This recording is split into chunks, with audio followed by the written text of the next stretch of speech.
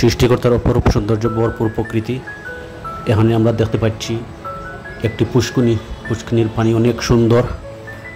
এই দেখেন খুব সুন্দর ক্লিয়ার পানি দেখা যাচ্ছে।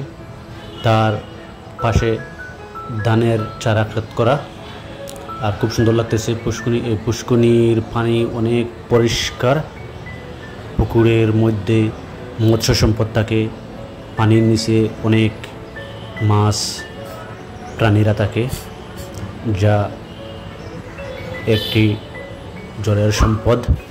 আমরা এগুলো নিয়ামত হিসেবে পেয়ে থাকি। এগুলো সৃষ্টি করছে সৃষ্টিকর্তা।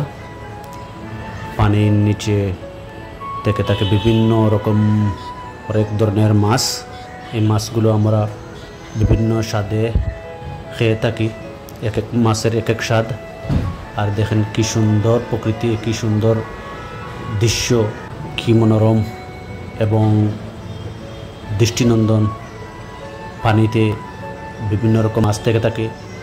এই মাছগুলো আমরা উঠিয়ে তৃপ্তিতে খেয়ে থাকি, এক এক মাছের এক এক স্বাদ। তরতাজা মাছগুলি খাওয়া ভালো। মাছের আধার হলো পানি, আর পানির মধ্যে মাছ লুকিয়ে থাকে।